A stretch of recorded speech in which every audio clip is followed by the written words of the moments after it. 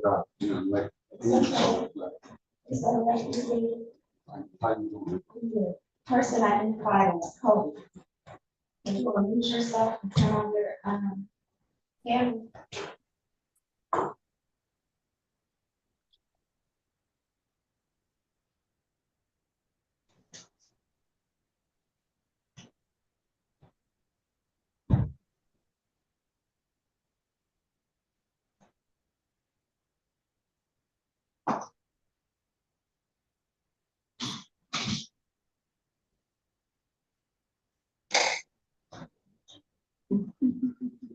Wow.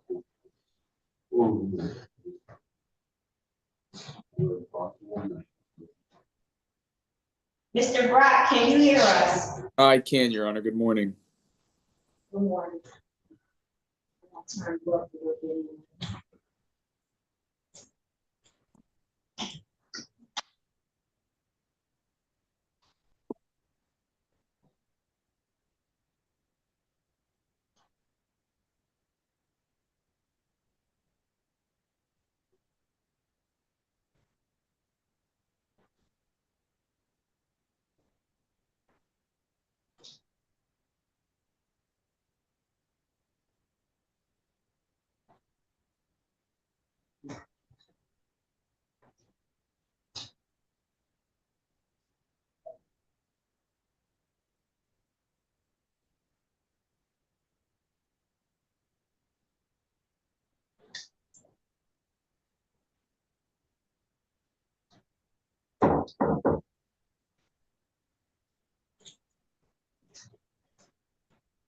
I'm so ready to open the library.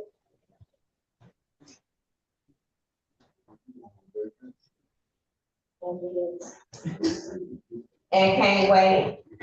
And I'm not answering my phone for nobody. Except my auntie, because she could be calling by my 94-year-old grandma.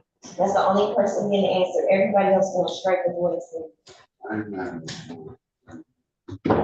I'm getting away from all of y'all. This is Watson, right?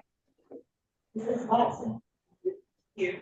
Yeah, this is Watson, right? Marshall. Okay, thank you for correcting. I'm all over the place. See, I'm ready for the break. I don't even know who's who. Marshall. I'm not telling you where I'm going. Nope. I'm not telling you where I'm going. It's nice and warm here. It's nice and warm here. Michigan summers are so short. Why would you be anywhere in the summer other than the great state of Michigan? You know, this doesn't show up, so I have to enter it. This will show up on the case recording system. So.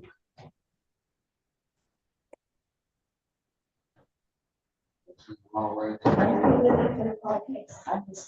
It just doesn't show. It's an internal issue. It doesn't have anything to do with you, sir. Calling case number 24010353 NF Howard Marshall versus Mackinac Administrators. This matter is before the court today for status conference because I believe that we had to figure out whether or not plaintiff was going to continue to represent himself or whether or not he's going to obtain new counsel. Your appearances for the record, please. Tell me your name for the record, sir. Good morning, Mr. Marshall. Mr. Brock. Attorney Cody Brock appearing on behalf of defendant Mackinac, Your Honor. Good morning. Good morning. So when we were here, your other attorney withdrew. You all had a breakdown of your relationship. You didn't want to be a lawyer anymore. And we adjourned to today's date because you were supposed to see about getting a new lawyer. What's up with that? What's the status? Attorney right here, we're supposed to talk, try to settle it out of court. Oh, so you wanted to settle on your own without a lawyer? Right, but he never called me, contact me, now called me. Okay, so what you're telling me is that you intend to represent yourself in this case. You're not going to get a new lawyer. No, not. I have a brother representing. No, because your cousin's not a lawyer. We talked about this last time. Even if he has a power of attorney for you, that enables him to make decisions on your behalf, but it doesn't make him a lawyer. So he can't represent you because he's not a lawyer. That's why he's standing back there and not up here. Okay, can you give me, 30 days, from your lawyer to represent you? Mr. Brock, is that be okay if we give him another 30 days? Yeah, that's fine, Your Honor. I just wanted to let the court know that we were pushing up on a 2-year mark. I believe this is a July 23 accident. But I'm happy to adjourn 30 days to give the plaintiff enough time. Okay. Now, in the meantime, you're still very much interested in settling this case. Is that correct, sir? I was in 30 days ago, settle it out, but. Now, I hope you understand that this is I think as I understand it, there's no, we're not talking about any replacement services or lost wages or anything like that. There's no claims like that remaining, correct, Mr. Brock? Correct, Your Honor. I believe this is just a few medical bills that are left. It's a very nominal PIP case. I think the court should take the time and explain the difference between a bodily injury case and a PIP case as I've tried, but maybe you can do a better job. Okay. So let me explain something to you, okay? The person or the entity that you have sued is your insurance company. And so because there is this is just you and the insurance company, what you are suing for is for the benefits that you're entitled to under the No Fault Act. And under the No Fault Act, when you're injured in an automobile accident, you have certain things that you have a right to recover. If you were working, you could get your lost wages for the time that you were off work from the accident. If you had to have somebody that was helping you around the house that you paid, you could get reimbursed for paying that person. If you had medical expenses that you incurred as a result of the automobile accident, the insurance company is required to pay those medical bills. My understanding is at the time of this accident, you weren't working, you were already disabled. So there's no wage loss coming to you. No, The only thing that's left is the medical bills. no, I was working. I was doing, as a part, plant flowers, factory, like that. We're just playing flowers. I'm not sure, I hate to say it, I'm gonna be good. All right, well, Uh, so this case though, we're at this point in the case. The case is 713 days old. So that means the proofs and everything of what you had to already have been turned over. So you can't come up with new stuff that you never told nobody about. You understand that, right? I did, I told Kate that lot. So, I feel like I'm so good. But, All right. So I just don't want you, sometimes people hear these commercials from people like Top Dog Law. And Top Dog be talking about he gonna stick people and he gonna get you paid, and it causes people to have an unrealistic expectation of what the result is going to be when you're injured in an automobile accident.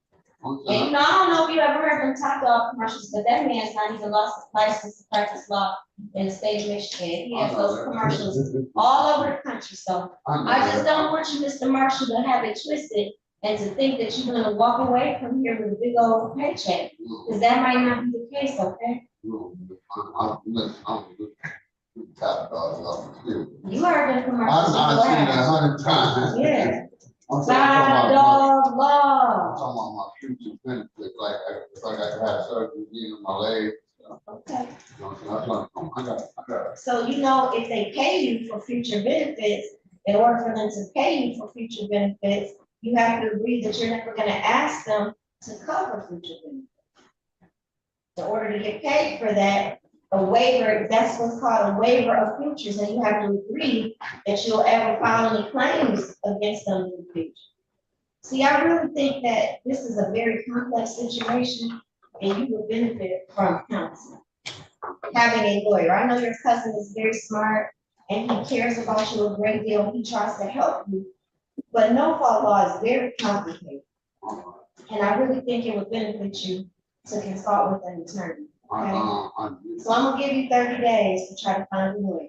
But if when you come back in 30 days, you still don't have a lawyer, it's just gonna be what it is, okay? All right, what's gonna be their new date? August 20th at 10 a.m. What you say? August 20th at 10 a.m. Seth, am I here August 20th? I'm not here. That sounded like a date I wasn't here. I'm leaving tomorrow. You can't, because I'm not gonna be here, we're gonna be closed. So we're gonna get you another date, it's gonna be in August, okay? I'll be 23rd or. The week before or the week before?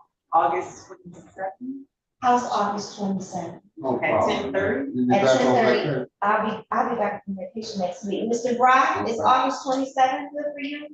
August 22nd at 10:30 works for me, Your Honor. All right, you can appear on Zoom, but he likes to come in person, okay? Okay, sounds good. All right, you have a good day, sir. You too. have a You as good well. day. Enjoy the 4th, Your Honor. Thank you. Leaving your gay right? Oh, I read that. I'm just gonna read that. So. Take your time, okay? All right, I'm good, man. What's your name again? You forgot my name, it's written right there. Judge Lillard, Okay. okay? His name is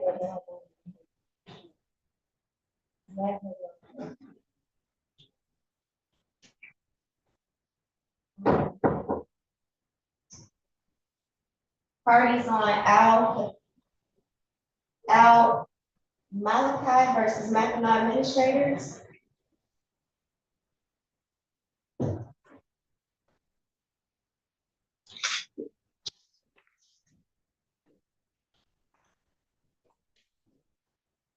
Here you go.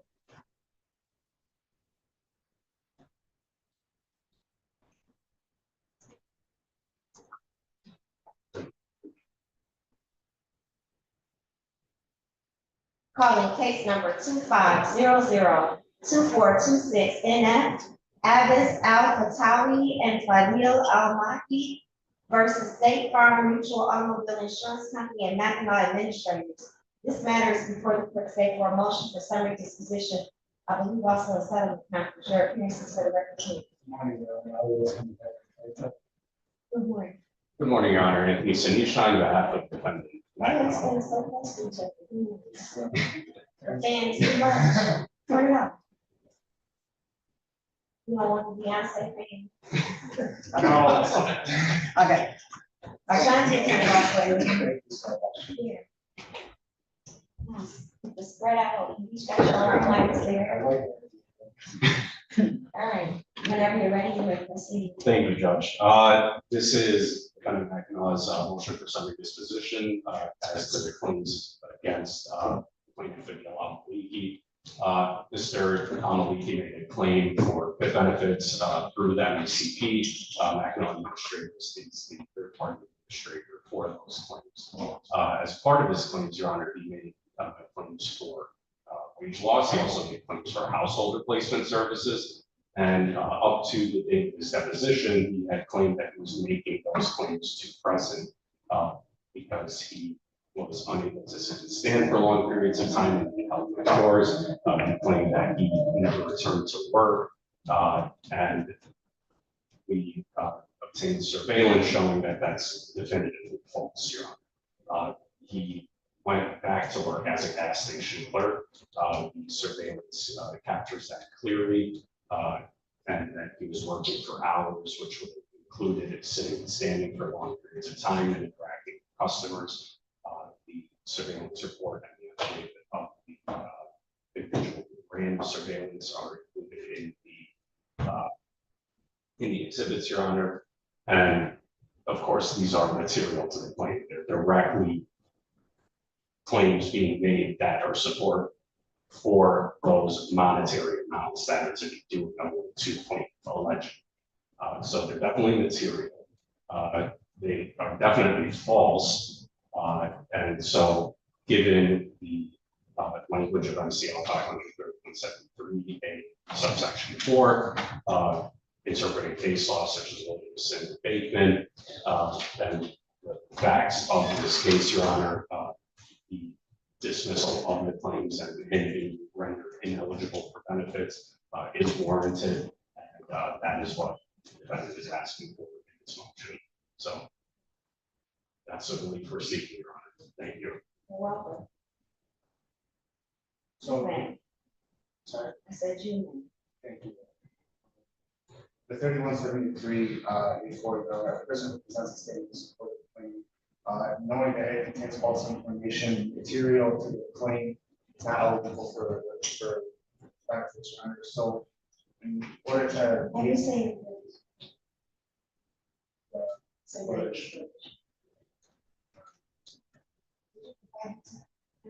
It was that report was in there, Judge. The report, but, I mean, I've seen the report, but did you also provide the video? I don't know that there was any footage. Thank you, Your Honor. Oh, so he just watched and wrote a report about what he saw. And took pictures. Please, continue. I thought there might have been a video that you had shared that wasn't uploadable to the court. No, Your Honor. He didn't have no meta glasses. Anyway, please continue. I So, want some of those. I used to think meta glasses were bad, but now I feel like I might need some. Yes, but there's somebody that can put in a stuff model for you. You could get a modified. No, that's why I be at home. Cause I don't wanna end up on nobody's money. They better ban those glasses at Bearson's.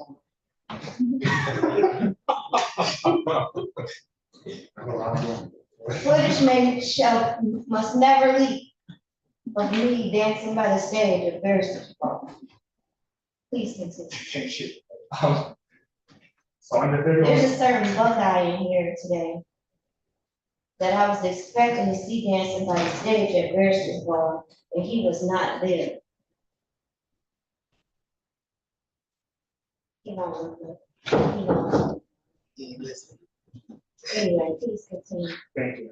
So under 3173, there's essentially those two things that are, in order for somebody to kind of, under 3173, there's those two things, knowledge and whether or not the statement was material, in order for that statute to apply. So He said he couldn't work.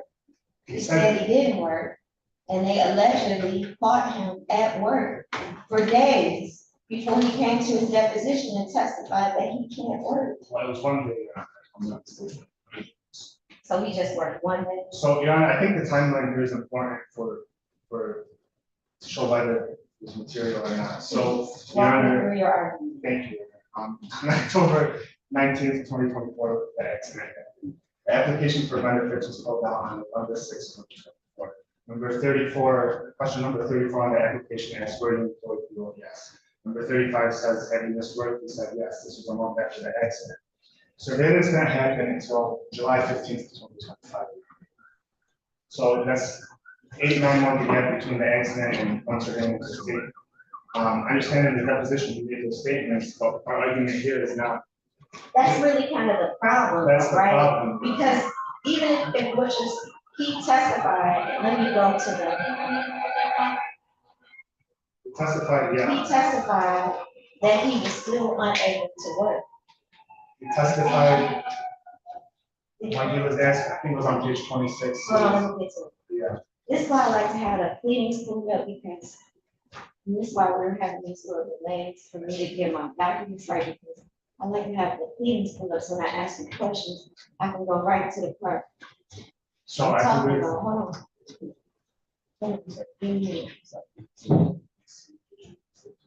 Exhibit C, page 26. I don't know if it was. Exhibit C to which, to the answer to the motion or To to? that motion. So, Okay. Would be exhibit D, Your Honor, on page 25, 26, and 27. Okay. the transcript.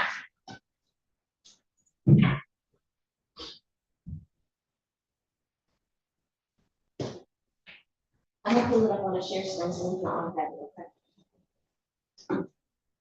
See, you got Beyonce fan, right? Should have kept the rules. It was being hot.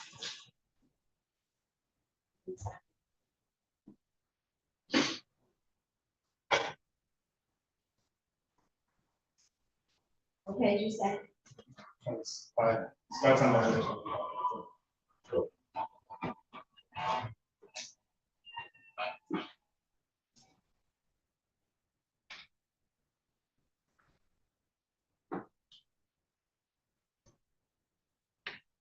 hold on.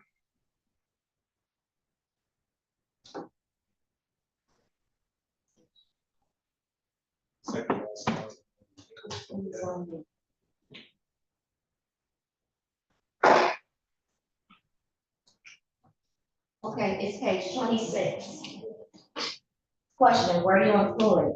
Answer, at a gas station, the name is Amoco. Where do you want me to take it to? Where do you want to take it to? I guess. When did you stop working after the accident? Answer, immediately after the accident. Question, at any point in time after the accident, have you returned to work, even if only temporarily? Answer, no. So I know it, so Your Honor, look, I'm not just, 3173 requires two, it's not enough just to show that statement was inaccurate, it also must show that it was material to the case. Okay. So that's the argument I'm trying to get at. Our wage loss claim goes from the date of the accident to February 2025. So about 4 months before this deposition was taken, I'm sorry, 4 months before the surveillance, about 10 months before the deposition was taken. There is a question of fact as to whether or not we worked. Our wage loss claim that goes through February, because there's no proof this is well after that date, and the deposition is well after that date. So I understand he made that statement in his deposition. Our argument is that it's not material to the claim because of the timeline. So in essence, that's essentially the point, is that they haven't provided any evidence to show that during that period that we are claiming wage loss, that he was working, that it has any surveillance on him. I understand the deposition says through the date of the deposition. Again, the numbers were claiming show differently. I'm not sure, why he said that. It is a deposition, sometimes things get hurried up. But again, it's not enough for them to show that that statement was inaccurate. They must also show that it was material, which when viewed in light most visible to the non-living party, our argument is that that's not in there. At the very least, that should just affect it. Do you dispute that as well? Photographs and I mean, I think he's a generic looking letter.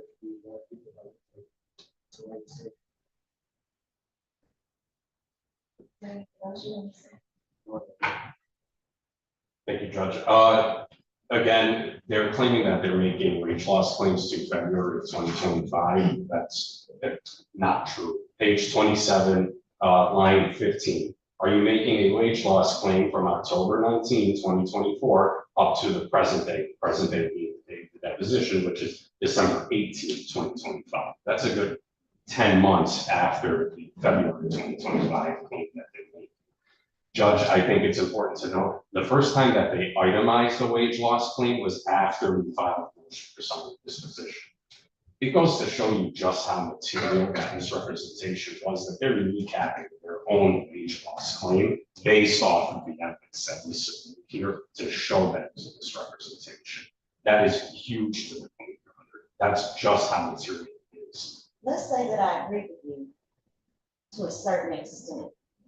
How can I grant summary disposition off of an affidavit of someone who says that he saw a person that he believed to be Fadil Matthew working, unless he admits that it was him working? I mean, here's, well, let me let you answer my question.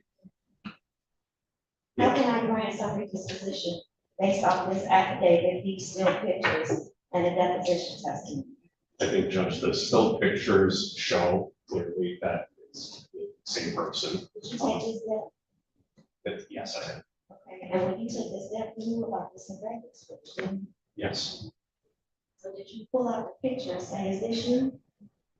Here's a still picture of you.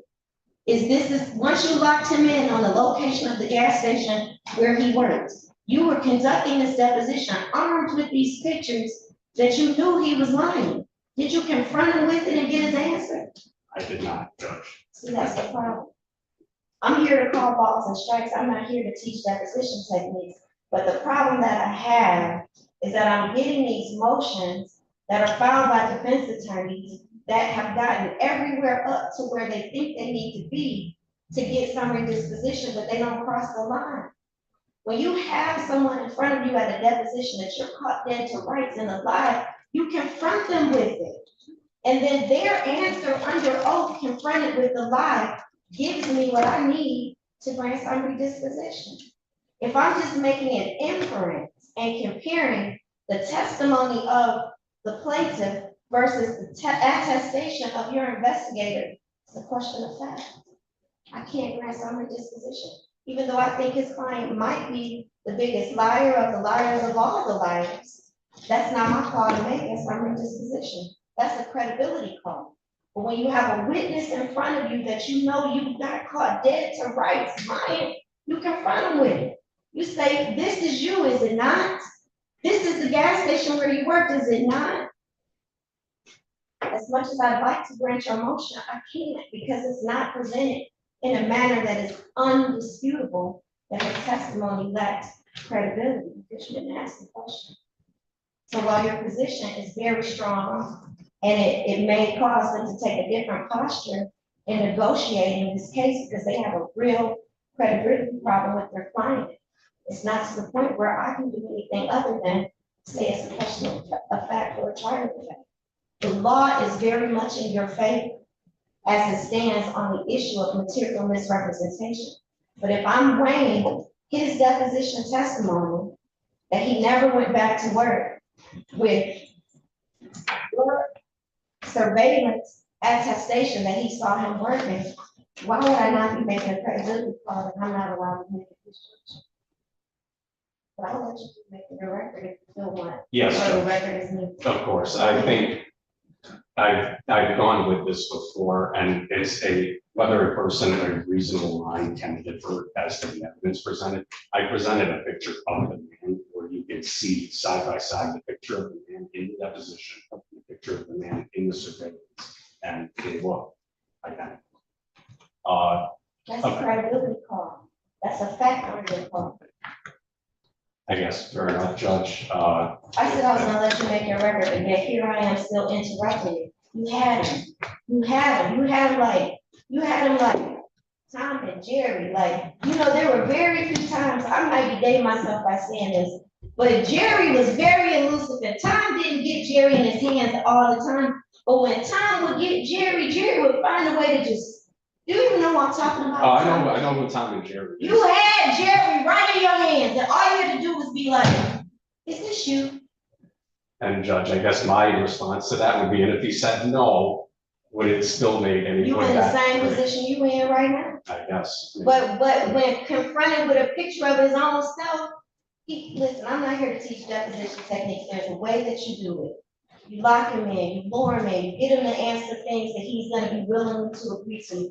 You lead, that's what leading questions are for. Isn't it true that the gas station where you worked is here? And isn't it true when you work there, you sit behind the counter, you do these things, you lock him in agreeing that he does all the things that you see him doing. And isn't this you? Now he's caught. Anyway, I'm not teaching deposition techniques. I'm here for a motion for summary disposition. I'm gonna stop talking. I'm gonna let you keep making your record, because if you think I'm wrong, I want you to have an opportunity to see the public review of my ruling. So I'm really about to stop talking and let you finish making your record. Thank you, Judge. Again, I would just go back with that. It's whether reasonable minds can differ. You read, and of course, I understand it, like we'll show you, it's a non-moving party. Have they alleged it's not him? Because I think you need the positive assertion that that's not me.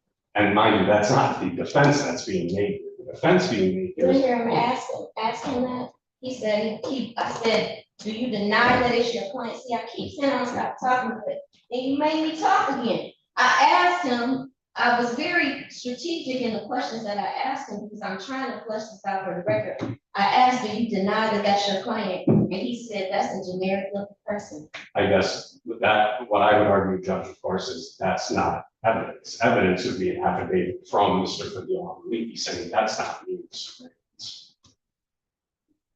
And if you were going to make that argument, it was time for you to make that argument. Because then I would, right, then I'd be like, okay, you're gonna lie about the fact that this is you and show you and you're identical. You have an evil twin brother somewhere, right? At the come the time of trial, that'd be what I'd be doing. Here, there's no evidence as to the fact that it's not him, and that's not the defense view. And if it was, frankly, Judge, and they wanted to do that, they would have done it. There's a reason they're not doing it.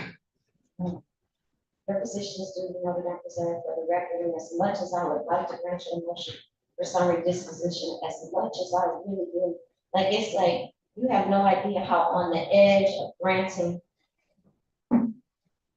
you have no idea how just on the edge of granting this motion I am. So, but just so you know, I'm about to show you, I'm about to pull up on the share screen, just how on the edge I am of granting this motion.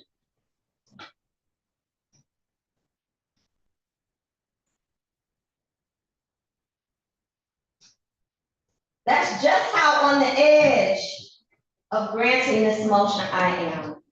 Because what I do not like is, but I think for me to make such a finding, would be for me to take a step too far. Because I think it's really prevalent that I'm not allowed to. Decision reserved for the record. I take no offense if you seek me to have my decision appealed by a higher court, or if you are inclined to show me the error of my ways by filing a motion for reconsideration and convincing me that number one, two things, because one of the best arguments that you may have made today could get me to grant this motion is that they insufficiently responded to the motion with anything testimonial that would deny that it was in fact coming from me. I invite you to call a motion.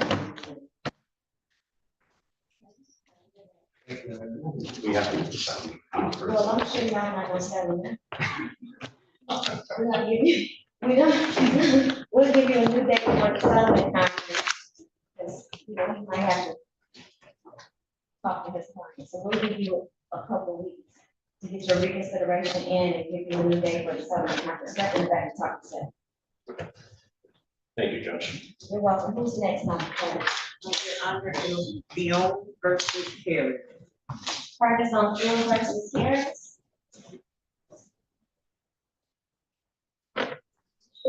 Theo. THIEM. Anybody here for that case? Mine, citizens. The owners, citizens. Y'all got a motion? Yes, sir. Come on up. Let me get your pleadings. I was about to say. Are there multiple defendants? Yeah, it's kind of confusing me a little bit today. But that happens. Okay, oh. And also, want to be on vacation. My mind might already be there. Oh, Theon. THIOUNE. I got that. Theon. I also can hear it too. Okay.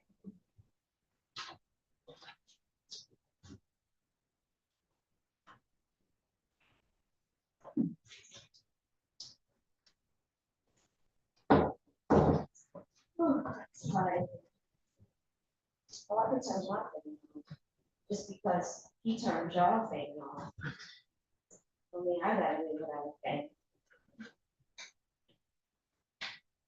Cancel.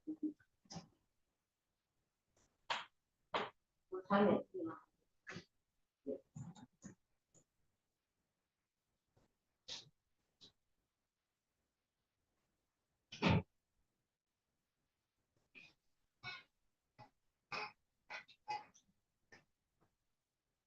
Calling case number 250000658 NF. Mohammed Qiana versus Citizens Insurance Company of the Midwest. Qiana Denise Vet and Friendly Motors Company doing business as Preferred Chrysler Dodge Jeep of Muskegon. And Dorothy Harris. This matter is before the court today for defendants. Motion for summary disposition. Your appearances for the record, please. Good morning, Your Honor. Joshua Beagle, on behalf of the plaintiff. Good morning. We're going to report on behalf of the citizens. Good morning. That's right. This is a motion for summary disposition for material misrepresentation under NCL 57173A, subparagraph 4. Primary argument is the plaintiff testified unequivocally he didn't get any services for dressing, bathing, moving on toileting. Explicitly said he would do that himself. He submitted forms for attendant care or paying that to two citizens. We're claiming those exact same things. He signed the forms, but in his deposition, he unequivocally said he didn't get the services.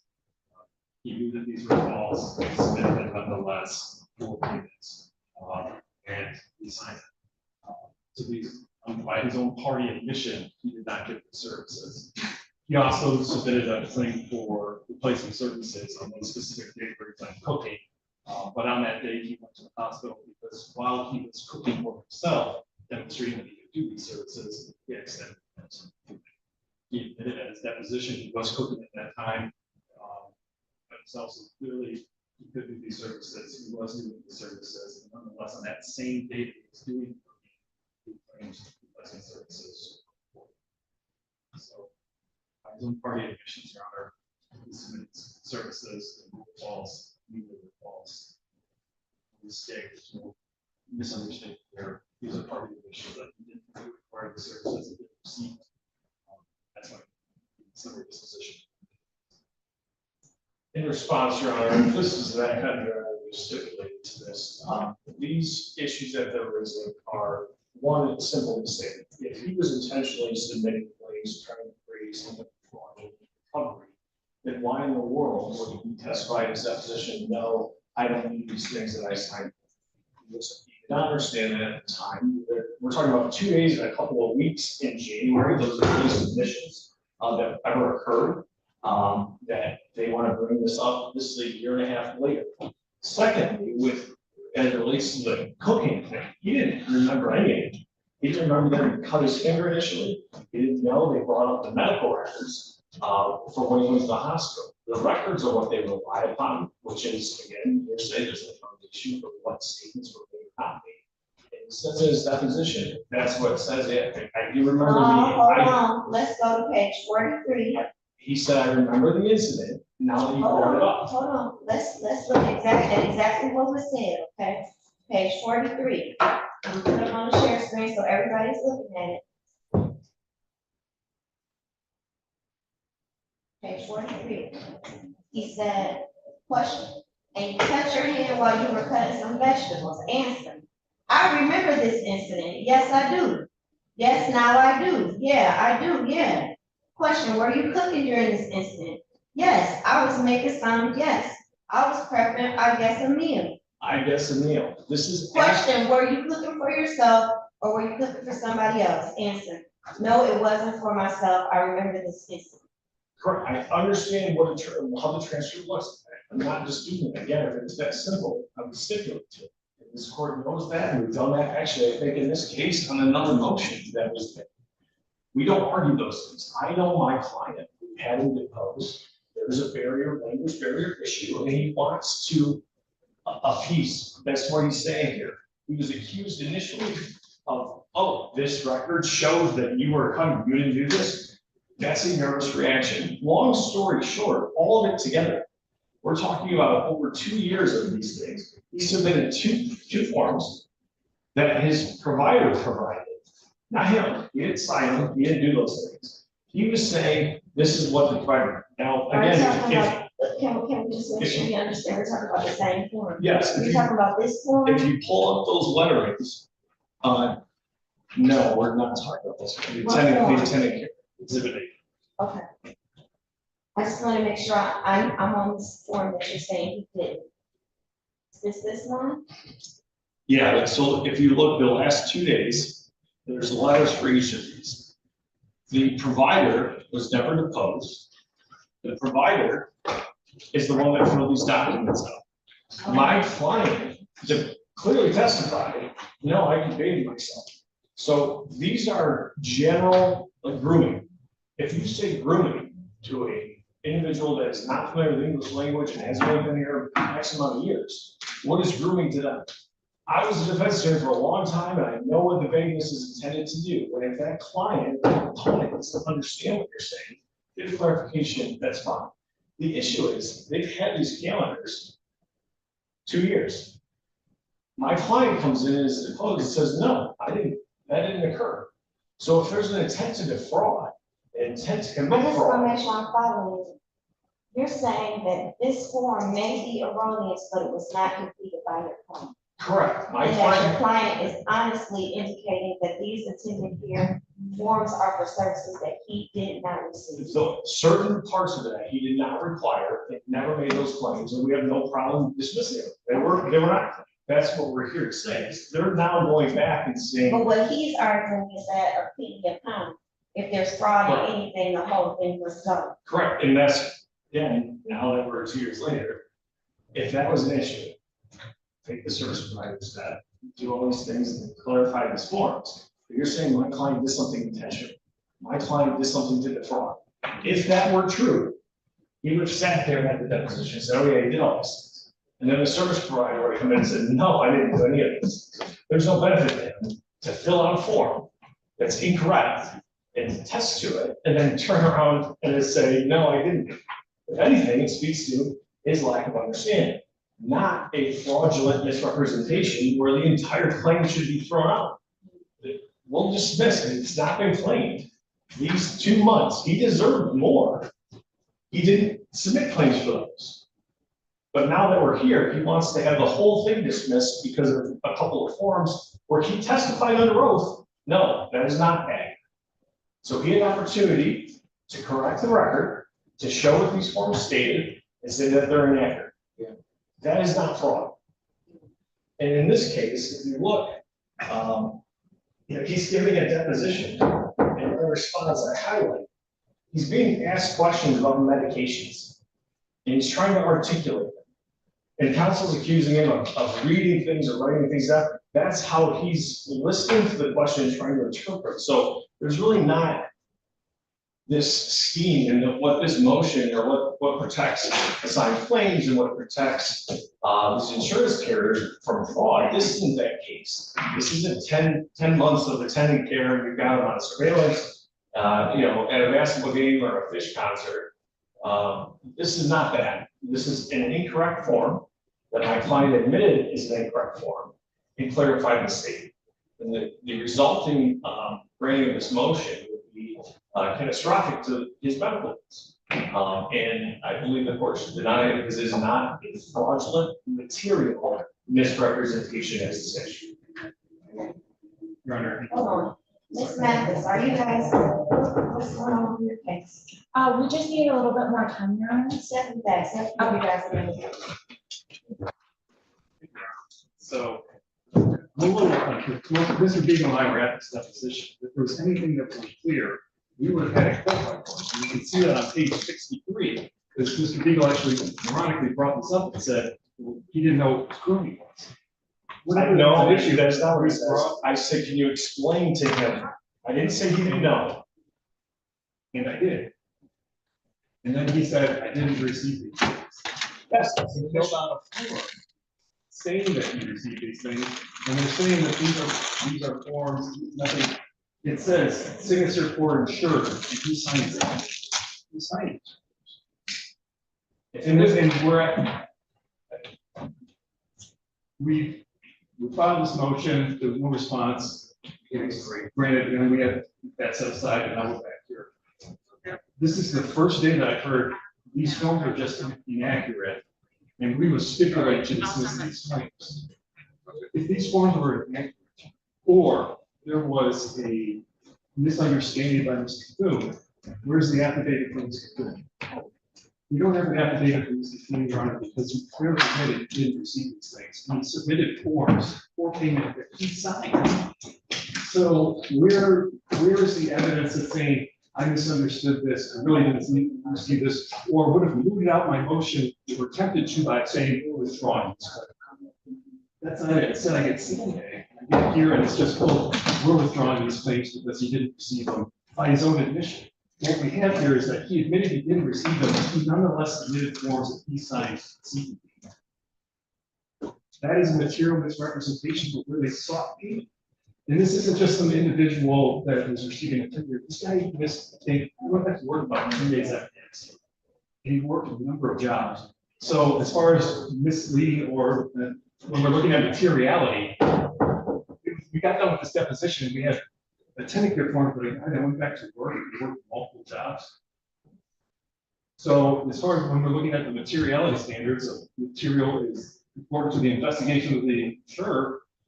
It was very important because we were misled about what actually he was receiving and what kind of physical condition he was in. He wasn't getting help. He wasn't getting help aid, improving. He went back to work. Two things. Yes.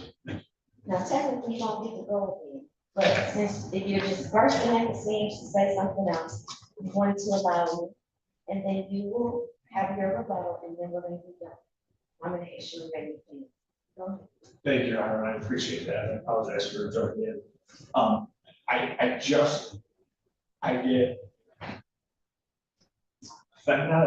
I need to correct the record when people make intentional misrepresentations or at least represent to the court things that are just not true. If the deposition had occurred and then he had submitted these forms, that's fraudulent. You just got done telling him none of these things occurred, and now I'm going to go ahead and submit these claims. These claims were submitted. Don't know by who, wasn't represented by counsel, don't know by when. They were not paid, did not recover payment. We did not pursue those. He hasn't sent an order over saying, are you further claiming? Clearly at this deposition, we're not making those claims. So now, only now, is he trying to say that there's a fraudulent misrepresentation. It's material to the claim. These are months and months and months ago, and only a couple of forms were submitted during times that he required. He did try to go back to work at certain times. The record is clear. He's not working multiple jobs. He doesn't have a car. He doesn't have transportation, but he's an individual that is here trying to make it work. He had to go back to his home country for a few months and try to get work. He's doing everything he can. If he was trying to just deceive the system and make a material misrepresentation where they are prejudiced and there's some type of fraud occurring, you cannot justify and explain a deposition testimony like that. I wanted him to make sure he understood what grooming was. That's why he asked for clarifications for him, because the questions were vague. If you're going to make a material misrepresentation, you certainly must know what it is you're trying to misrepresent. Not, I don't quite understand, I'm just in a deposition. Yeah, look, hold on, before you get to the second point, but the point that he's raising that you're not addressing is that in order to take that position in response to this motion, you were required to provide something testimonial from your client, such as an attestation. So the deposition testimony is exactly, you want an affidavit on something that he's already testified to. The underlying ground, which again, I think if this were to, if there was any fraud committed or anything, it would have been the service provider.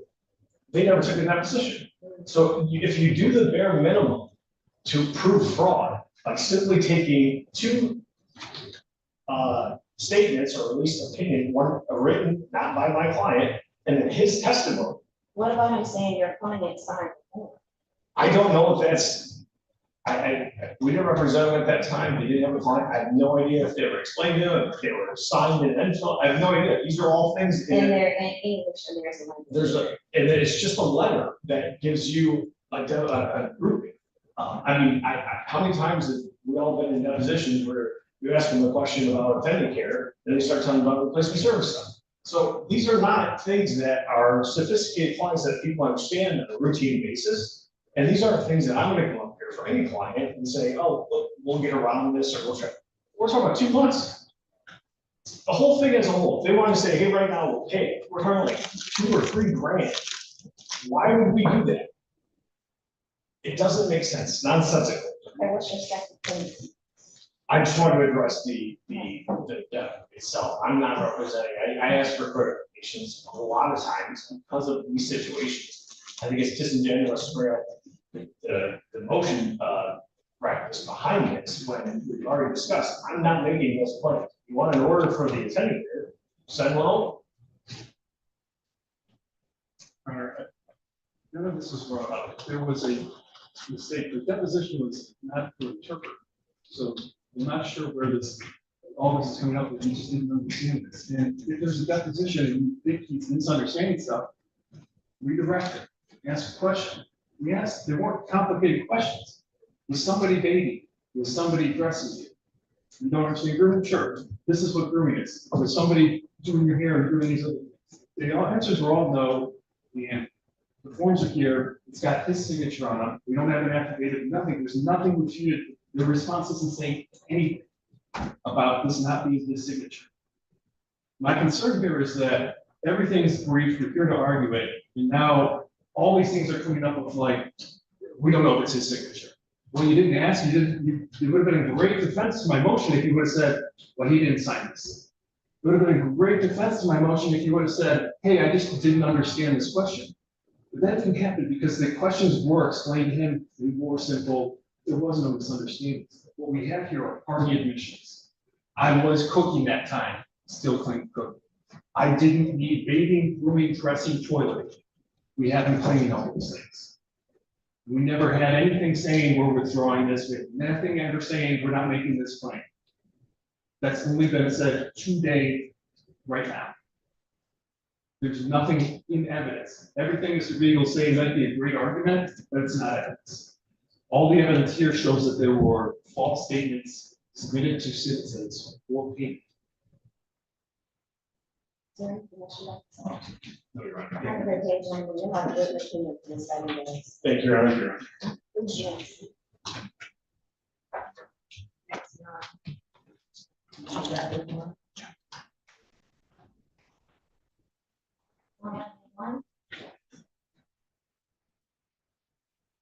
Judge, similar to the last case, we have a settlement conference today. Do we want to get a date? Second, that's second. Thank you.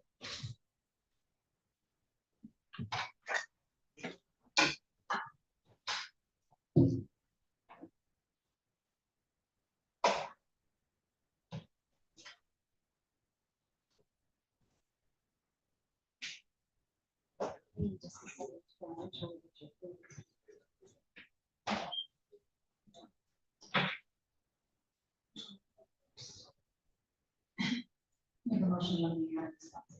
I'm sorry, I can't Make hear a you. motion when we have response. Are you guys here for, do you have a final three judgment? No, so I'm just positive and motion. Level 1 versus Sorry. farmers, Your Honor. It's the Nervo matrix Yeah, I motion. have that.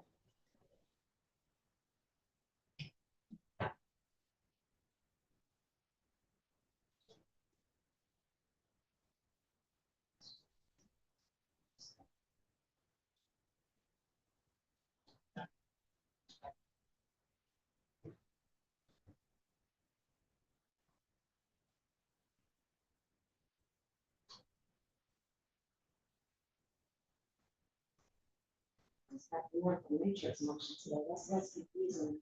You're saying you have another motion. They're both regarding the road matrix, so one's a motion, one name. This motion eliminating that you filed on June 3rd. That's not. Okay. Yeah, that motion eliminating that was filed on June 3rd is not up to me. The only thing that's up today is the motion for partial summary disposition. Okay. We'll get that, we can get that figured out after.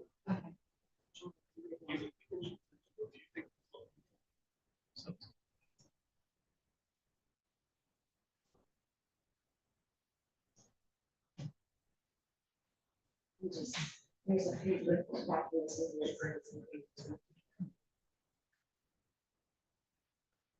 I think the exhibits were filed separate. Everything, that's her kind of year. It's just, or maybe it's just the way it's sent to me. Maybe.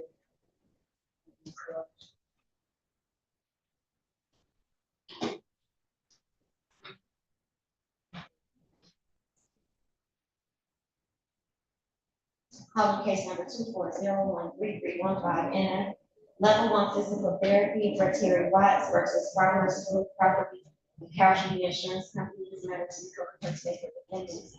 Motion for summary disposition of case. Your Honor, James Eckleberry, appearing on behalf of plaintiff level 1. Good morning, Mr. Good morning, Your Honor. Cash on the back, defendant Farms. Cash Hassan. Good morning, Ms. Hash. This is, that's name right? Cash Hassan. Cash Hassan. Cash Hassan. Good morning, Ms. Cash Hassan. This is your motion for summary disposition whenever you're ready to proceed. Yes, Your Honor, this is our motion, it's pertaining to claims for related to the neural matrix device and, TPII, or short point evidence engine performed with that device. The issue today, Your Honor, is whether the plaintiff believes the treatment actually works, or whether the plaintiff has objective admissible evidence, bringing questions back regarding the accuracy and reasonable necessity of the device, which they do not. In this case, they've claimed over $120,000 worth of claims or treatment pertaining to the device and associated reports that go with the device resulting from usage of the device. The charges are all based on that TPII. Based on the charges, there's a plaintiff has the burden of showing that treatment was reasonably necessary for a mental act, and we believe based on the lack of efficacy that it's not. So to begin, Your Honor, there was no objective scientific support. The published medical literature now doesn't support plaintiff's claims. There's a the highest quality study that we have is a 4-fold randomized controlled trial, and that found that the device performed no better than this placebo. The only favorable study that we do actually have was conducted by the manufacturer of the device. It was authored by a company insiders of stock shareholders. It lacked a control group. It excluded litigation patients and various other reasons. Plaintiff basically relied only on subjective belief. There's various providers, local providers such as Dr. Super, Dr. Sugar in the area, that have stated that they haven't conducted studies. Everything they have is basically based on subjective belief in terms of how the device actually works. And subjective belief in this case isn't. Dr. Sugar, who's run on no fault litigation, stated has conducted no studies. The reports themselves that are generated afterwards are typically produced on the company. Those are among some of the charts within 128,000. Even the CEO of the neural matrix, he had his testimony. It was in a different case. He had testified that the device is never actually cleared for trigger point imaging. It wasn't cleared for mapping the trigger points, and it wasn't cleared for identifying nerve endings. He further testified as the CEO that he knew of no scientific literature that established that it identified trigger points. But even the company that I designed the device couldn't support this central theory that it was effective. Overall, Your Honor, there's no basis for using the device to identify trigger points. There's no literature that supports the claim physiological mechanisms. Any possible indoor moves or any benefit from this is simply not, it's not, or it's really temporary. And would justify the charges that we're seeing. Under the No Fault Act, the level of expense is not even necessary, Your Honor, and experimental as they are in this case are speculative. It's not into the scale to present that demonstrating the efficacy of the device itself. And the court history reports have already been the device, including we actually had a level 1 case which arose from the same accident, which was framed to be the Wayne County just recently. Overall, Your Honor, the reports have held that. Wait, what you said? This same accident is in front of the judge? Yeah, I mentioned that to you last time. I don't know how to put it. This is Judge Cox. believe it's a different patient. Oh, It's a different patient, but it was also level one from the same accident. They were together in the accident.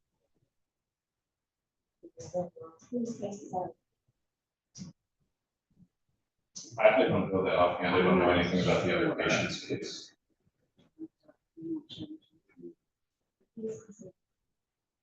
But yes, Your Honor, the mission reports have found overall that the FDA clearance wasn't, or didn't establish the efficacy of the subjective belief, that it was in fact didn't create a question of fact, and claims had failed as a matter of law. So simply, there's no objective and verifiable evidence that establishes that the trigger point influence imaging was efficacious or reasonably necessary. It really relies on subjective opinion and unsupported marketing. So because of that, we're asking plaintiffs to consider interpretation. Thank you, Your Honor.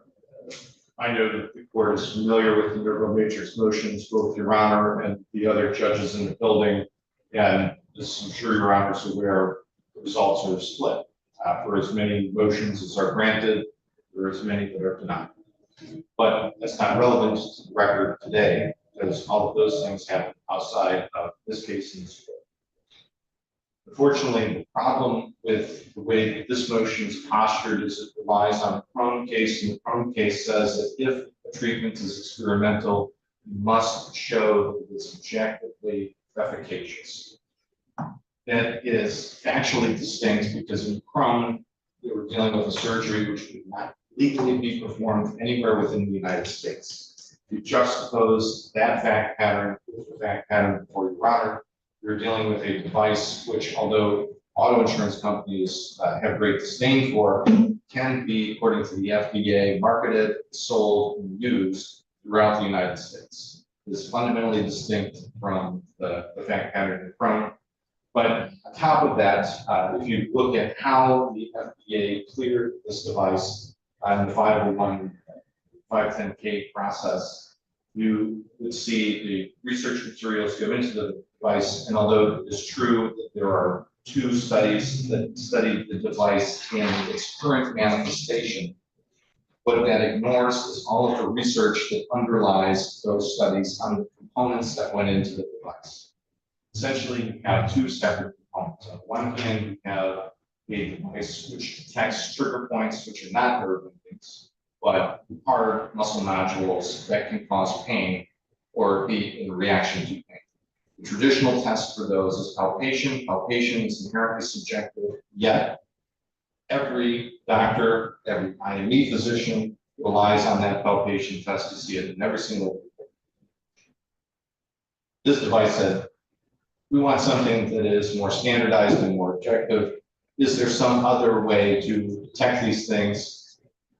It presents a method where you use the current to detect whether or not it's changed in one area of the skin relative to the other area of the skin.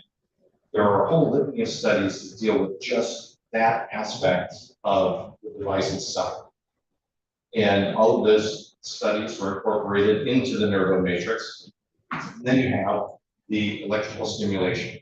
Again, eStim has been around for some 50 years. It is used as a physical therapy modality writ large, has been used as a physical modality for 50 years. So you take these 2 components, you stick them together, you get something new, better, and auto insurance companies try to stop. The problem is that they don't look at the underlying research.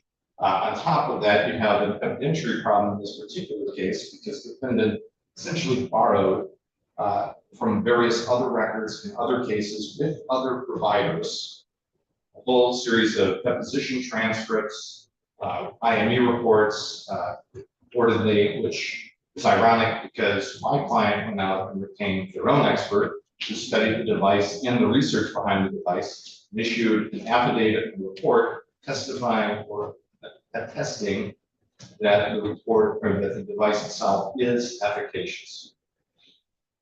If you were to look at his report, you would see that he references 16 or 17 separate studies that underlie or support, buttress, if you will, his findings and conclusions. At best, this is a question of fact, motion should almost certainly be denied. This time around.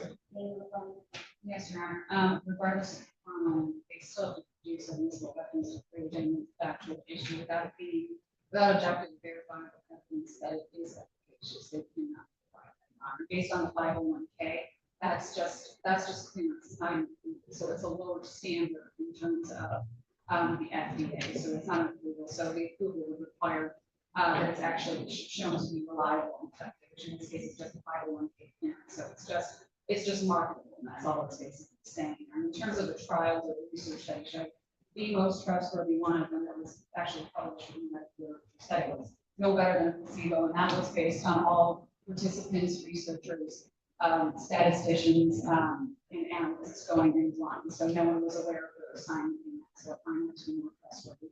In terms of borrowed testimony, I don't think that makes testimony any less relevant.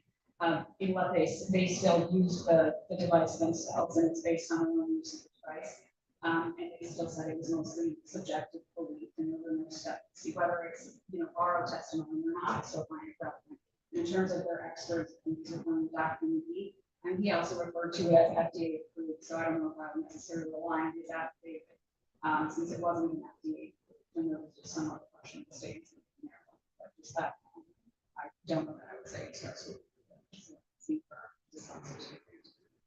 No, but your position is doing what it deserves this record, but as I have ruled, and consistently in these cases, I believe that this is a question of fact or a charge of fact, and not something that the court should be deciding at the summary disposition stage. But I afford you all an opportunity to make oral arguments on each of these cases, because as you both know, the trial courts are split, and this matter is already being reviewed by the Court of Appeals, and ultimately the Court of Appeals is going to have to settle this issue, so that both defense attorneys and lawyers know how to proceed. And more importantly, patients and providers know how to proceed, whether or not this is going to be a treatment that is covered and usable for people who are injured in no fault accident, for automobile accidents. So the motion is respectfully denied. In the order I'll sign up. Who's next? Thank you, Your Honor. Your Honor, So many motions. Who is next? Alexander versus Lee. The summary disposition. I'm here on Alexander, Your Honor. I was starting to.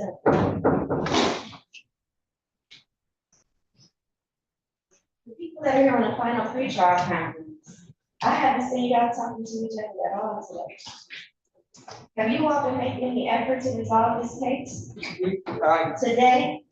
Today? No, we're not trying. Because here's the thing, in the motion to adjourn the trial, you all indicated to, whoever filed the motion to adjourn the trial indicated that you thought the case was going to be able to settle at facilitation in June. And that's why you all weren't prepared for trial. Your Honor, But then I don't see you all talking to each other, trying to see if you can resolve this case today. So I hope you're not assuming that your trial is going to get adjourned, because it's not. Your Honor, But Richard Brewer, on behalf of plaintiff, Your Honor, I have some information that bears on the ability to start trying the case on July 15th, that I want to bring to the court's attention. okay, well, you'll bring it to my attention when it's your turn. I was just noticing that I didn't see you guys talking to each other today, which wasn't a good sign for somebody that has a child in a couple weeks who said that you all aren't prepared for child. So anyway, you guys are up next. Ain't nobody left the child, but they can wait, so I'm gonna do them. And then I'll get to you, okay, Mr. Brewer, thank you.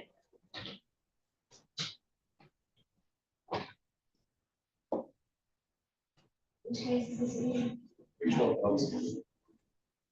Oh, Alexander.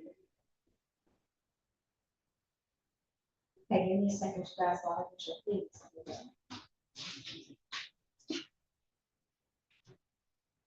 Calling case number 25012755 NI, Rachel Alexander versus Ali Kaswini, Hassan Kaswini, Progressive Marathon Insurance Company, and Travelers Property Casualty Company of America. This matter is before the court today for defendant's motion for summary disposition. Your appearances for the record, please. Good morning. Good morning. What's the matter? What's the matter? Yeah, why you They're seem trying to so throw the sad case out, today? that's the matter. Why you seem so sad today? I'm not, well, I have a place to be in this for us, so. Who are you supposed to be doing? Judge Cox, What time are you supposed to be here? earlier this, Why you ain't telling me? well, so I'm covering this motion for Risha and another time we have this for Risha. So, Why you didn't tell me? I would have called Judge Cox for you. it's okay. You've been sitting here this whole time with your head down. You could have left and went to Judge Cox and came back. I covered it in comments. Why didn't you say something? You should have said something. I would have called your case to get to Judge Cox. What you want me to do? You sure? Yeah. Do you need to call Judge Cox? No, okay. They know you're here? Yeah. All right. Your appearance is for the record. Good morning, Your Honor. Caitlin DePrevel on behalf of defendant travelers. Okay, you both have motions. Right? I have a motion. I asked for similar relief, at least as to part of the progressives. Your response about parallel relief. Similar parallel relief. Okay. So who wants to go first? It's your motion, so you should go first. So plaintiff's claim against defendant progressive is for you and benefits. The UM claim fails because the court reserve was insured by the policy, so it's just the UM that. So the plaintiff here was driving a loaner vehicle that was owned and covered owned by LaFontaine Auto. And travelers provided a commercial auto policy for the loaner vehicles. So not the rental vehicles that LaFontaine did, now it's the loaner vehicle, which is what we have here. Travelers has $500,000 of in the UI coverage, and Progressive has $100,000. But if you look at the Progressive policy, the language in the policy unambiguously provides only access to IM coverage when the plaintiff occupied a non-covered auto, which means it's an auto not on the Progressive policy. Here, plaintiff was driving the loaner vehicle owned by LaFontaine, which was insured for travelers. So Progressive would be access for the UI coverage. If you look at the language of the traveler's policy, the vehicle was owned by LaFontaine, and when you look at insured vehicles owned by the named insured, which would be LaFontaine, afforded coverage on a pro rata basis. If you look at the language of both of the policies, when one says excess and one says pro rata, Progressive's policy is excess. Traveler's policy needs to be exhausted before Progressive's policy. And so Travelers is the primary line carrier with $500,000 in coverage here. And we only have $50,000 after that, and it hasn't provided any information showing that they have or have exhausted $500,000. Travelers line coverage, they haven't even shown that they've exhausted $50,000 in coverage. So Progressive is asking for some distinction from both of you. Your Honor, Travelers only seeks dismissal of the UM counts, the uninsured motorist. It's clear that AAA insures the defendant's liability. At this point, Progressive is in least access. It's my understanding that Ms. Alexander has not been deposed yet. I just filed my answer 2 weeks ago, Your Honor, as if we were just brought in on a negative complaint. So at this point, I don't see how Progressive can state that the tortfeasor has been exhausted, my policy has been exhausted, and so therefore they should no longer, I'm sorry, that the tortfeasor, if they don't breach the tortfeasor and my policy. I just seek relief for the uninsured motorist, Your Honor. Our position is pretty simple. It's just premature at this point. Like Chief Special Travelers, who was just ended the suit 2 weeks ago. There are permanent offenses that are policy offenses. So I don't know how at this juncture, at least, the court can go on what policies are going to come. I think discovery is complete. So our request for relief is either A, hold this in abeyance for close discovery, or dismiss it without prejudice and allow them to bring it back and discovery either one. I think that would be most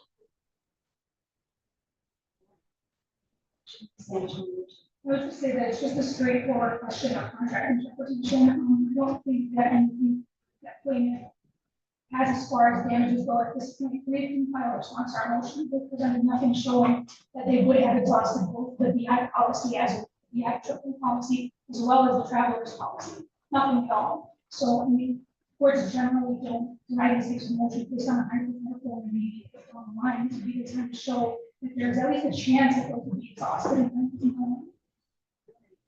What's an issue of independent? Maybe we are not just gonna take some time. So you have my. Thank Thank you. Have a good vacation. I'm looking forward to mine too. Can't wait.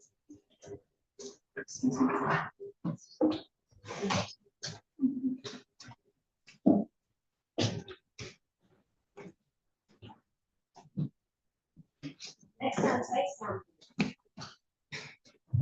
Yes, I do. You're gonna help me about that. I called you a buckeye like 3 times this morning, you didn't even acknowledge it. Sorry. Have a good weekend.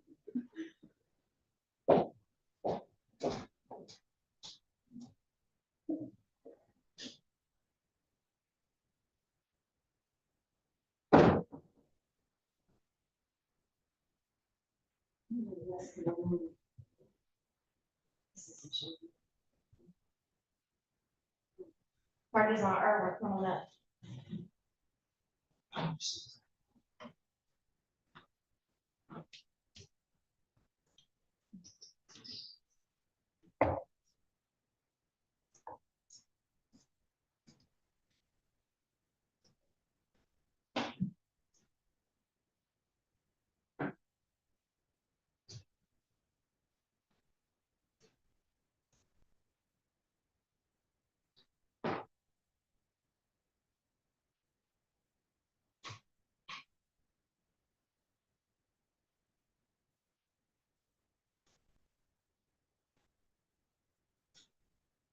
Calling case number 23011-763 NO Charles Irwin versus Dems Development Incorporated, a Michigan corporation, and John Doe Asphalt and Paving Company, a Michigan corporation, and 4280 Haggerty LLC, a Michigan limited liability company, joint and separately.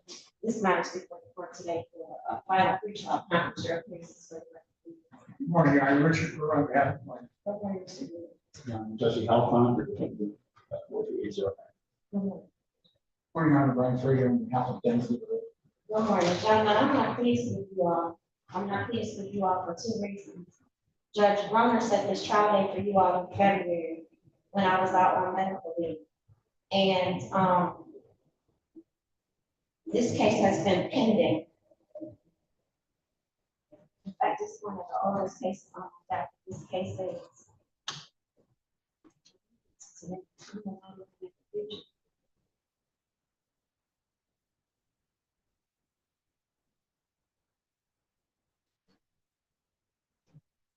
This case has been pending 1,023 days.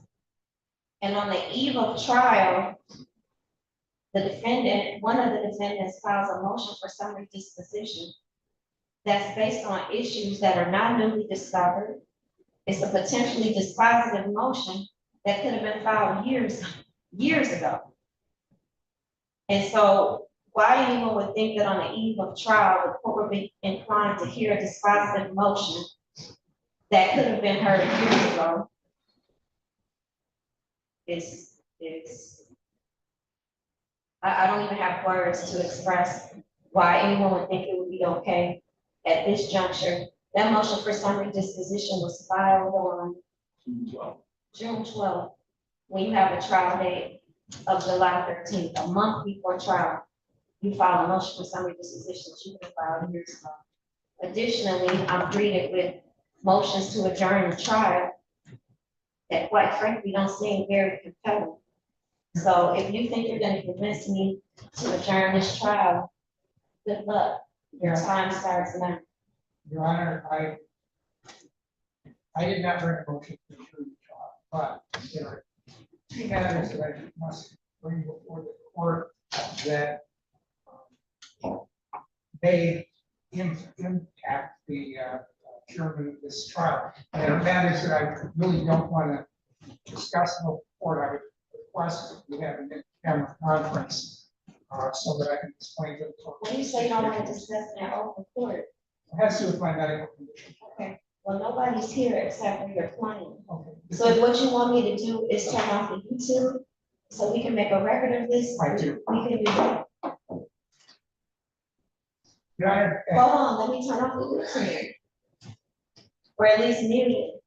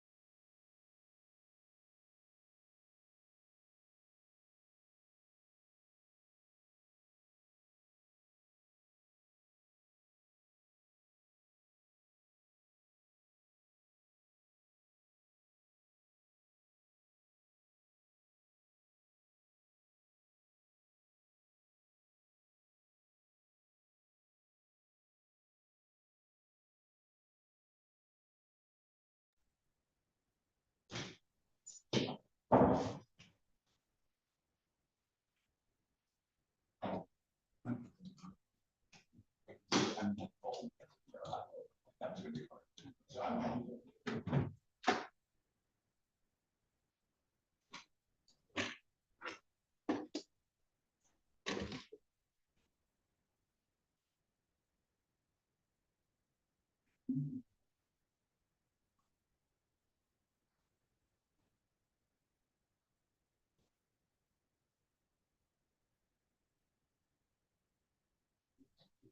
Keeps it balanced.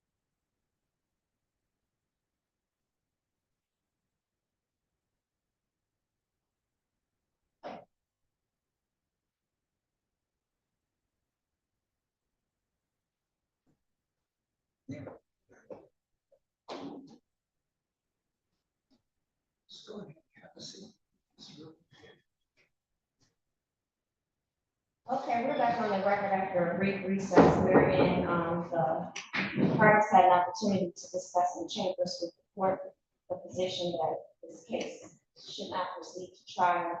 I propose to the parties that I would consider adjourning the trial date if the parties were in a position to agree to arbitration today. And although one defendant is in a position to agree to arbitration, one defendant is not. So the motion to adjourn the trial is respectfully denied. The trial is going to proceed as scheduled on July 13th, absent the court being presented with compelling medical evidence that it would be a danger to do so. And in preparation for trial, the court is now going to proceed to addressing the motions in limine that have been filed and are properly before the court today in an attempt to narrow the issues and perhaps the court's rulings on these motions in limine may put you guys in a better position to be able to discuss resolving the case or otherwise further consider placing this matter into arbitration. And I take my pleasure in having lawyers spending their 4th of July weekend prepare for trial. But this is the trial date that you all agreed to, and you all were in front of my colleague, Judge Brown, and you all have known since February that this trial date was coming. So first, let's start with the motion in limine to preclude evidence of conditions outside the accident. Which is this defendant Dennis motion? Ladies and gentlemen. You may. Your Honor, this is pretty, I would say none of these motions in limine are particularly controversial. This is throughout the course of discovery and in the efforts to settle this case, plaintiff has produced photos as part of its evidence that include several areas of the property, and only one of which is the area in which, and only one of the photos is actually pick the area where this incident happened. The photos that are presented in this case, they show different types of drains, different types of, they show parts of the property that are driven on heavy trucks at all times. And our position is that all of these photos, except for photos that show the manhole cover on which the plaintiff claims to hit when this incident happened, none of that is relevant to this case. And production of pictures of sewer drains that may or may not have been in pristine condition, this would just only serve to confuse the jury as to where this incident actually happened and the condition of the property in what the plaintiff claims caused this. I just think it would be prejudicial to reference to conditions of the property that might look to the jury to be problematic, or which have no bearing on the issues in this case. Your Honor, plaintiff stipulate to, with respect to the photos taken on the property, limiting it to the photos of the actual rain cover that was involved with this. However, we also have photos of rain covers from various locations, not on their property, that are properly leveled with the pavement. In fact, So you want to be able to introduce those photos for comparison to show the difference between a proper drain, cover, and impervious. Right, I or I don't can think that's take the what jury down. I don't really think that's what you all are objecting to, projecting to. Am I correct? My understanding is the photos that were produced with this facilitation summary, with the case evaluation summary, were all taken on property. If they came from others, I pretty much have the same objection. So, the fact is that the jury's being asked. Pause, please continue. Yeah, Your Honor, first of all, as I say, with respect to photos of the property, we're limited to the drain cover that's actually involved. But I do have photos that have been produced years ago of proper drain covers that are level with the pavement. In fact, this court, there's three of them, in the entrance way to this court, that are exactly the same type of drain covers. And guess what? They're exactly level with the pavement. Take the jury down there and show them. All right, do you anticipate a circumstance in which this will be being used by an expert witness? No. Or what's the context No. in which what's the context in which you think you have to lay a foundation for the admissibility of those? Ladies and gentlemen, I hold up the picture and say, ladies and gentlemen of the jury, this is how it could have been done. Very simply, how do we know it can be done? Because it's done everywhere. Is there anything you should have to say? The relevant trouble. Yeah, I mean, I don't understand how that would help the jury necessarily decide whether the condition, I mean, whether it's a manhole or anything else, the jury is expected to look at the premises where Mr. fell, or claimed injury happened, and decide whether it was unreasonably dangerous, and whether there are other manhole covers and other areas that may be slightly more level of the ground. I wouldn't believe that that's going to help the jury decide whether something is unreasonably dangerous. I feel it's just going to cause confusion. Quite frankly, I'm not even sure that that lays a foundation for it, because you still have to know where it was, who took the photos. Just because there is one manhole cover that might be level, that doesn't mean they are. I just feel that it's, I don't see the relevance, and I just think that that's something that is. You know, I have to drive down 12 Mile Road every day to get to my office, and there are 23 of those exact same types of covers in the road at 12 Mile Road. I don't know, that's a good problem. Yeah, but that's the issue. You can't testify. And you can make arguments to a jury that's based on admissible evidence and testimony that's been introduced, but you don't get to offer testimony. And so respectfully, I'm moving now. The issue in a premises liability case is the defective condition of a particular instrumentality that's at issue, not the general condition of comparable instrumentalities elsewhere. And that comes from Jones v. New York Central Railroad Company, which is 8 Mission 557, a 1967 case. That's a well-established foundation of Michigan law. I do anticipate a circumstance in which another case,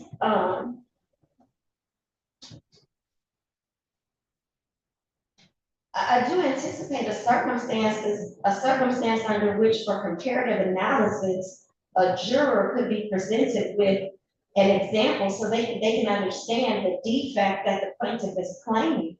But in order to do so, it has to be, the proper foundation will have to be laid in order for the introduction of such evidence.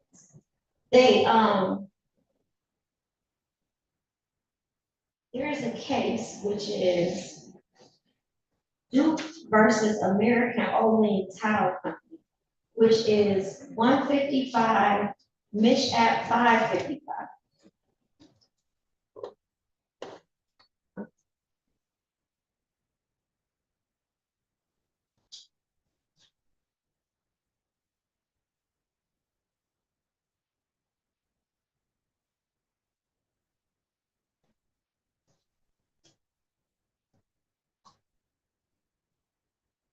And it requires that in order to lay a foundation that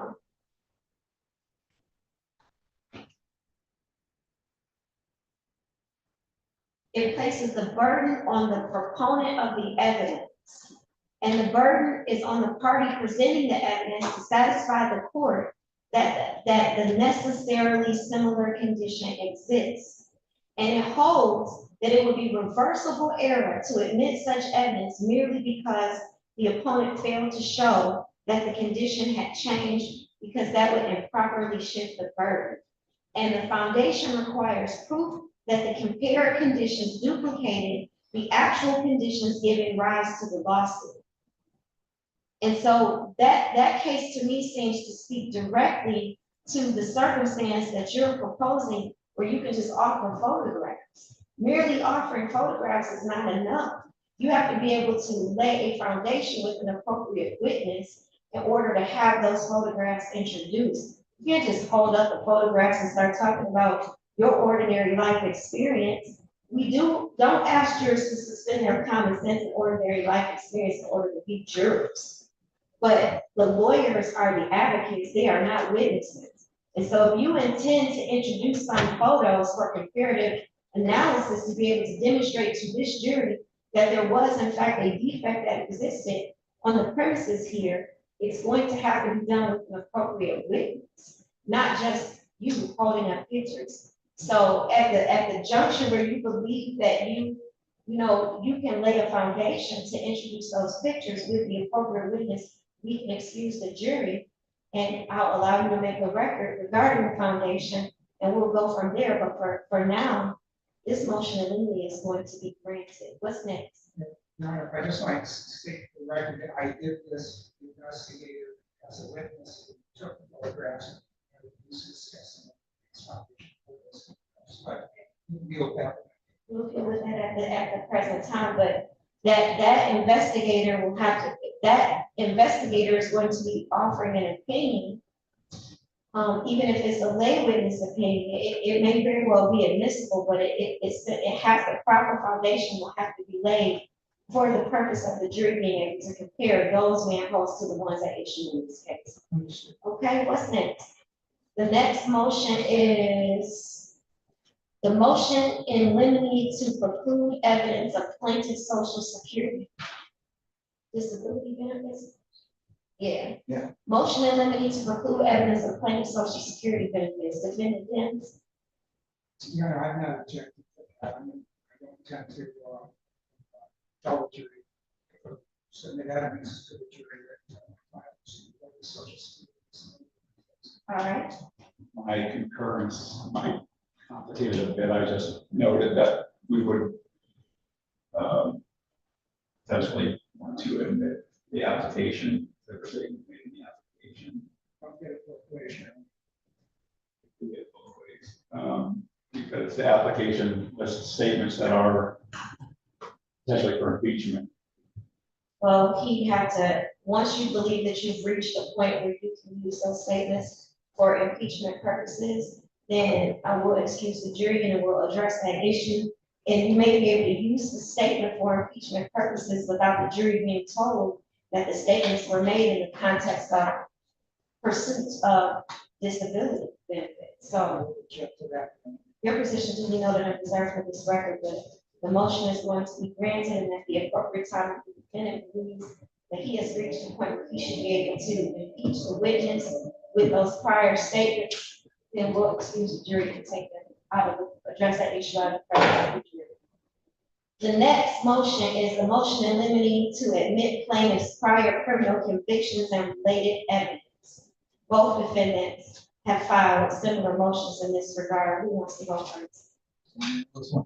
But yeah, I think it's we're essentially rely on our we don't, there's no balancing test, and I think they're clearly admissible as theft, crimes of theft or dishonesty under MRA 609. My motion also adds a request to admit photographs which were obtained in surveillance video as part of investigations into the criminal offense. These are video showing plaintiff shopping, quote unquote, for the record, basically moving around.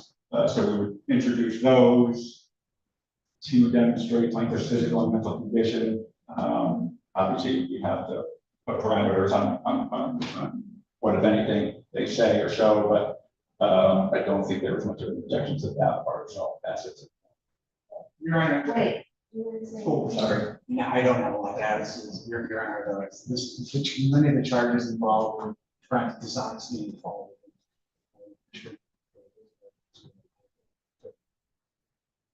609, Commissioner Rebecca, 609.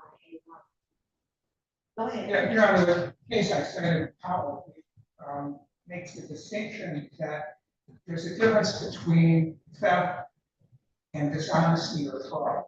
And just walking away with something you didn't pay for is not a crime of fraud. It is not a crime of dishonesty.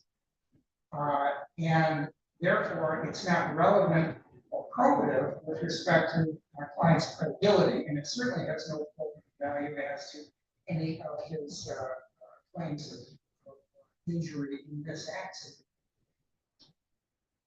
Again, so frankly, well, I don't understand. Take the argument seriously. The MR 609 says theft or dishonesty. The crime is called retail fraud, for what it's worth. We also have the police reports. We want to offer proof showing that, which demonstrate that Mr. Irvin took property from certain locations, minors, put them in a backpack or did whatever, walked out with them, and then returned them to another minor. I'd be thrilled to offer as much evidence as possible into what a number of Crook plaintiff has been for the past 3 years. No offense to Mr. Irvin, I have a job to do, but if you want more proof, like we're happy to produce as much proof as possible that this was theft or fraud. The charge that he was convicted of was shoplifting. It's commonly called retail fraud, but there's no element of fraud in that particular offense. The fact that he took something without paying for it does not impugn his credibility. If he had committed fraud, then you could arguably say that it would bear on his credibility. But merely walking away with something without paying for it, which is the crime that he went down for, has no probative value with respect to his credibility. First of all, it's 4 times, not one. And within the last 2 years or 3 years. And I mean, of course, we think it goes to credibility. We think in this case that it's a manufactured accident. We don't think the accident everything happened at the day. We think it's basically a, faint PBI. So of course it goes to credibility, but I don't, oh no, I'm just fine with it. The case is actually unpublished. So what the court is required to do under the governing case law that now analyzes MRE 609A1. And I think the case is People versus Parker, which holds that theft offenses are not automatically crimes of dishonesty. And reading A1 to capture all theft will render A2 superfluous. So thievery is not dishonesty within the meaning of MRE 609A1, and that comes from People v. Parker, which is 227, Bishop 236 at page 575. Parker analyzed the retail fraud statute itself and held that whether a retail fraud conviction qualifies under A1 turns on the specific factual underpinning of the conviction. In Parker, what you had was a person who was altering price tags in order to commit larceny at the store. In this instance, what is alleged that the defendant did here was that he stole something from one store and then went into another store and took it back to get money that he wasn't entitled to. Had he simply just stole it and walked off, you might be right, it would just be theft. But because what he was convicted of doing here is stealing it and then taking it back to fraudulently receive funds that he wasn't entitled to, I think that's what likens it to the conduct of People v. Parker. And so as I understand the case law, that the analysis that the court is allowed. So another case that I want to direct you all to is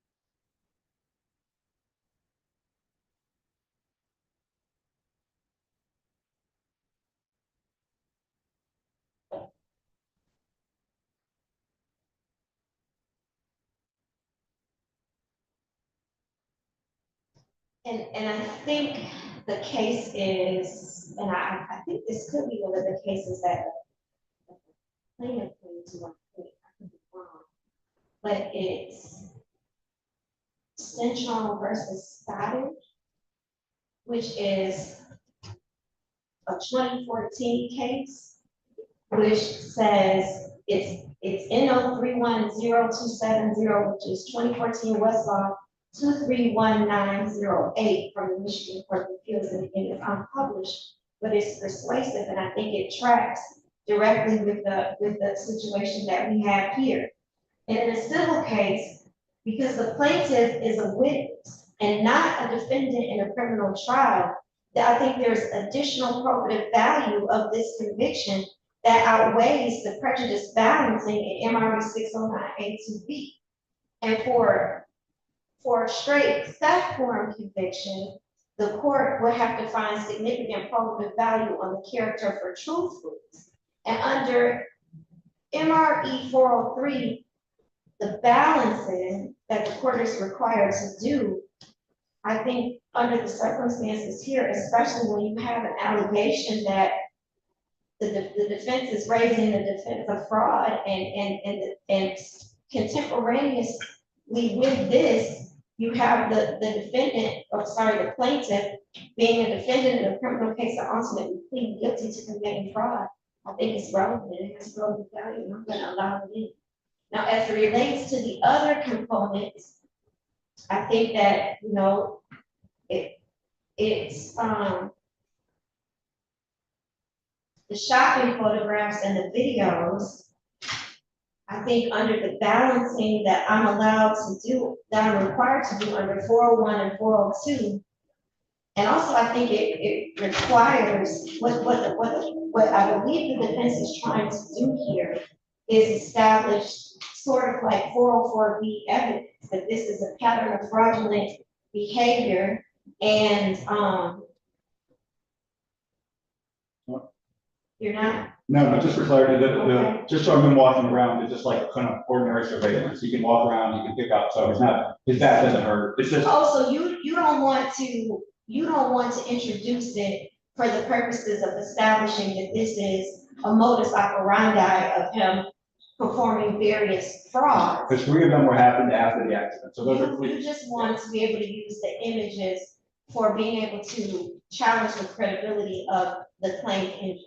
Correct, so if he's picking up a backpack and putting things in and So carrying. while I'm going to allow you to use the surveillance, it's going to have to be sanitized in that you cannot tell the jury that this is footage of him committing retail Yeah, fraud. sure, of course, we was stipulating and negotiating. I don't think it says Meyer on any of it, it's just kind of standard video of people walking around, but we can, yes, we would stipulate that. So the footage, the shopping footage cannot be, the jury cannot in any way be told by anyone that this is footage of him committing the crimes for which he was convicted. Absolutely. So I'm granting it in part and denying it in part. Is there anything else? I have filed a motion for summary disposition, which I understand. I think, I don't know if I said that on the record, it's untimely filed. At this juncture, it's too late.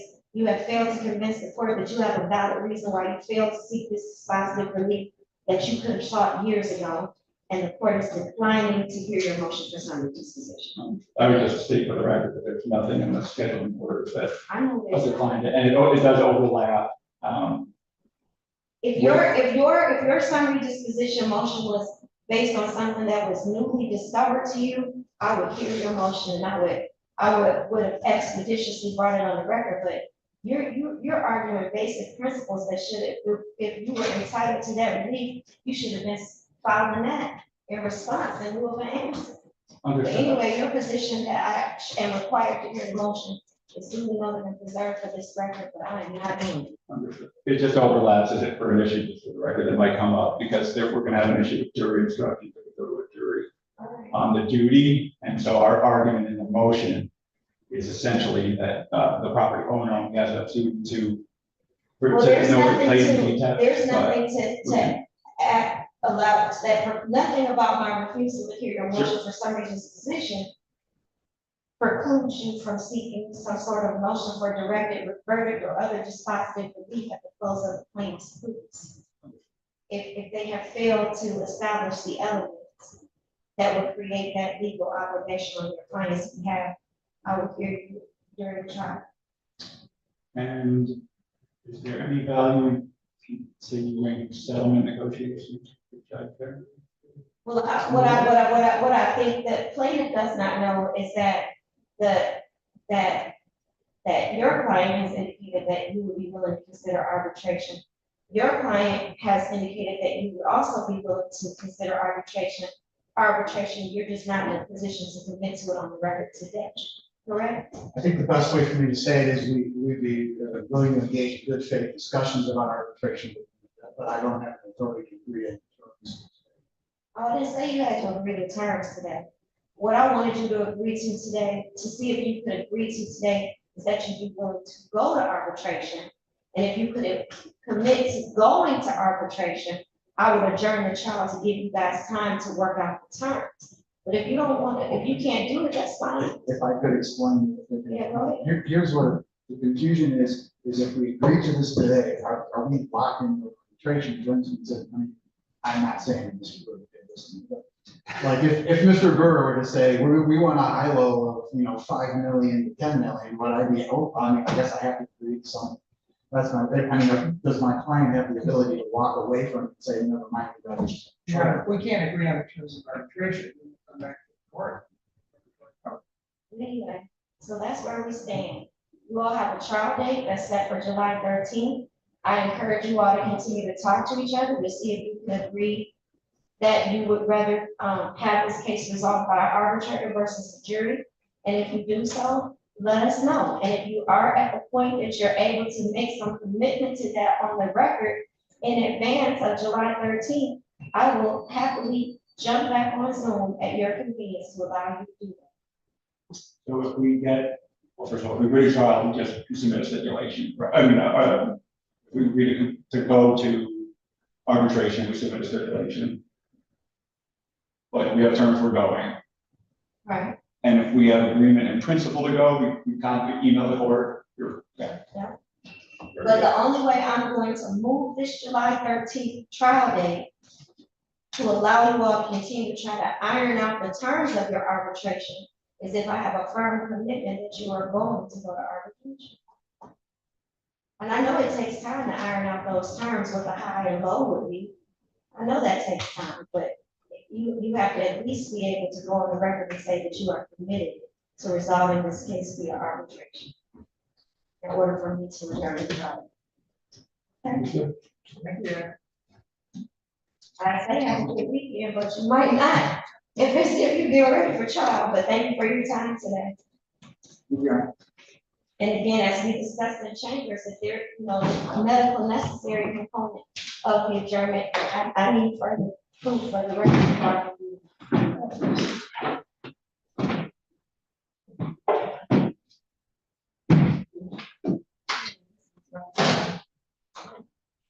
You done, right? Yes. All right.